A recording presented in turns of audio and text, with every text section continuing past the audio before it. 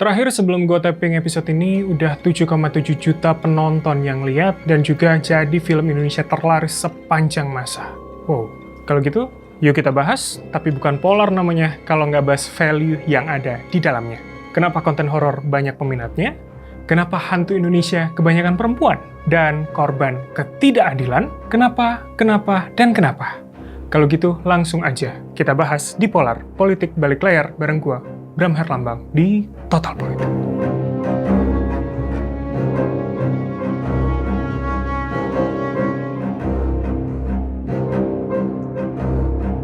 Gimana, kalian udah ketemu belum sama Badara Wuhi di bioskop?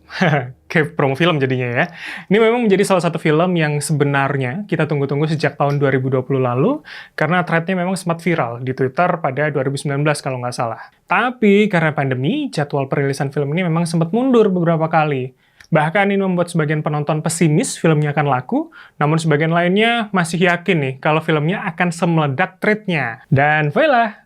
7,7 juta penonton di hampir 1 bulan penayangannya. Nah, ini menjadi film Indonesia terlaris sepanjang masa, mengalahkan Warkop DKI Reborn Jangkrik Bos Part 1, yang sebelumnya ditonton sekitar 6,8 juta penonton. Kalau kita lihat dari segi cerita, film ini memang bisa disebut komplit kenapa bisa menarik banyak perhatian penonton. Ceritanya dianggap relate dengan kebanyakan orang. Setting lokasi yang jauh dari keramaian, kepercayaan masyarakat lokal soal makhluk halus yang masih kental, dan sampai disebut-sebutnya cerita ini diangkat dari kisah nyata, rasanya akan dekat dengan siapapun yang bisa mengalami hal serupa karena faktor tersebut bisa ada di mana saja. Apalagi mungkin dengan embel-embel terinspirasi kisah nyata ya, pada thread di 2019 lalu, tentu akan membuat publik makin penasaran, adakah kejadian-kejadian mistis serupa yang mungkin terjadi di sekitar kita? Alih-alih juga sebagai justifikasi, masih adakah tempat mistis seperti itu yang dekat dengan kita? Menyimak kisah horor dari medium apapun seakan menjadikan kita selayaknya detektif yang dipenuhi dengan deduksi soal sebab dan akibat. Belum lagi soal sensasi ketakutan yang kadang malah menjadi candu. Menurut Mark Kicker, sosiolog dan penulis Scream, Chilling Adventure in the Science of Fear, menyebut film yang merangsang rasa takut akan memicu detak jantung seorang menjadi lebih tinggi dan membuat tubuh seakan perlu mengeluarkan energi.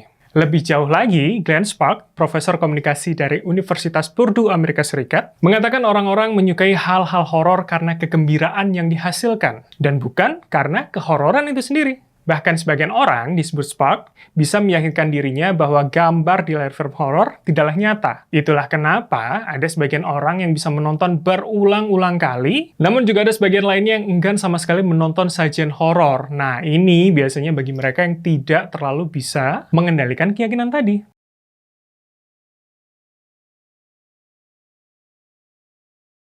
Secara cerita, plot film KKN di Desa Penari cukup mirip dengan thread Twitternya, termasuk soal premis, konflik, dan juga ending. Namun ada beberapa hal yang menarik dalam adaptasi filmnya. Misalkan sedari awal vibes horor yang udah kerasa banget, building horror story-nya yang dibangun pelan dan juga bertahap, ya walaupun penonton sempat kebingungan ya, siapa dan apa hubungan antara Badara Wuhi dan juga Mbah Dok di awal cerita. Nah, setting latar yang cukup nyeremin, kayak lokasi yang seakan-akan nggak tersentuh manusia, soal scoring yang mendukung banget vibe serem dari film ini, sampai soal angle gambar yang kebanyakan close up dan move following object, bikin nambah deg-degan penonton. Konflik cerita juga ngingetin kita sama seperti horor era 80-an, yang sebagian besar ini menonjolkan peran dari makhluk halus dan memanfaatkan manusia dalam menjalankan aksinya. Atau jangan-jangan manusianya yang keblinger.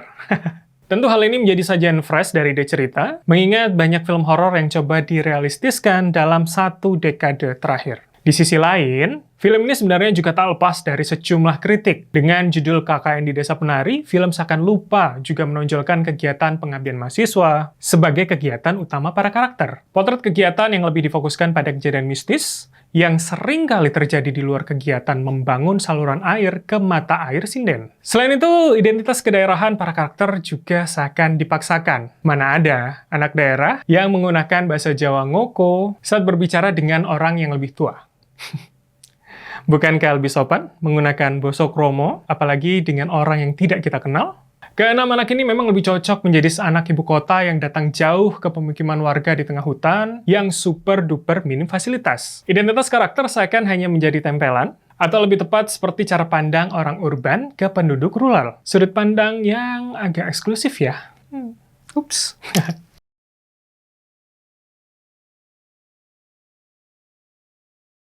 Tapi sadar nggak, dalam film ini, Badara Wuhi dan juga seluruh karakter perempuan seakan terkekang dalam stigma dan juga batasan norma ala laki-laki. Menurut Agnes Setiawati, dosen Fakultas Ilmu Sosial dan Ilmu Budaya Universitas Pakuan Bogor, Jawa Barat, dalam tulisannya yang berjudul KKN di Desa Penari, membaca persoalan gender melalui budaya populer yang dirilis oleh Kompas.com, menyebut cerita ini tak dapat dilepaskan dari representasi subjek perempuan yang stereotipikal. Karena lagi-lagi, hantu utama dalam film ini adalah sosok perempuan, yaitu Badara Wuhi. Badara Wuhi yang sebagai penari dalam film diasosiasikan sebagai penghibur masyarakat, terutama laki-laki, yang hanya disosokkan seperti apa yang ingin dilihat oleh seorang laki-laki.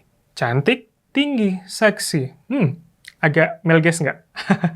Kita bahas itu ya, di konten yang lain. Selain itu, sosok Ayu, pacar Bima, juga harus meregang nyawa di akhir cerita, sebagai hukuman baginya yang melakukan hubungan seksual di luar nikah, ditapak tilas, dan juga bersekutu dengan Badara Wuhi. Sosok Ayu dijadikan dau, seakan sebagai tumbal akan perbuatannya, walaupun Badara Wuhi sempat bilang sosok Widya adalah sosok yang paling ditunggu.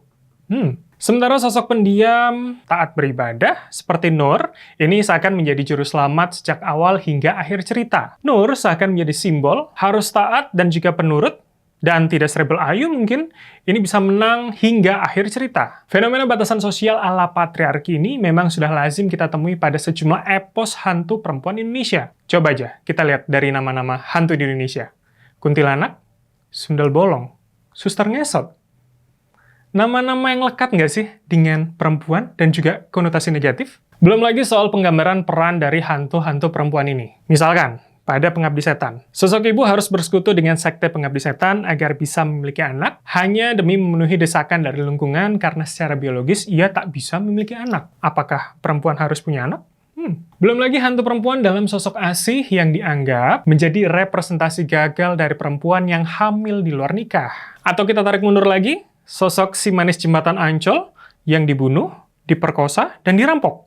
Atau jangan-jangan Sundel Bolong dalam film Malam Satu Suro, Susana, yang dibunuh dan juga menuntut balas. Hampir di semua sosok hantu perempuan merupakan korban kekerasan maupun tindak ketidakadilan yang harus mati karena melawan. Sudah mati, harus menjadi hantu pula demi mencari keadilan. Yang tentu juga terstigma negatif karena dianggap menuntut balas. Permatasari dalam artikelnya yang berjudul Hantu Perempuan sebagai Produk Gagal dalam dua film horor Indonesia, Pengabdi Setan dan juga Asih, hantu perempuan merupakan representasi produk gagal perempuan bagi masyarakat patriarki. Masyarakat yang menempatkan posisi laki-laki lebih superior dibanding dengan perempuan dan menjadikannya seakan warga kelas 2. Tapi terlepas dari semua itu, film KKN di Desa Penari tentu layak kita apresiasi sebagai penyegaran dalam dunia horor maupun film secara luas di Indonesia.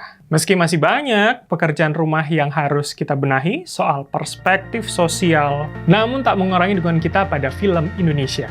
Karena film tak lahir dari ruang kosong, dan karena film adalah representasi kondisi sosial masyarakat terkini, maka yang harus kita perbaiki juga adalah kehidupan sosial kita, sembari mendorong perbaikan dan juga kemajuan pada industri film nasional. Kalau gitu, sampai sini dulu episode Polar kali ini. Gua Bram Herlambang. Sampai jumpa.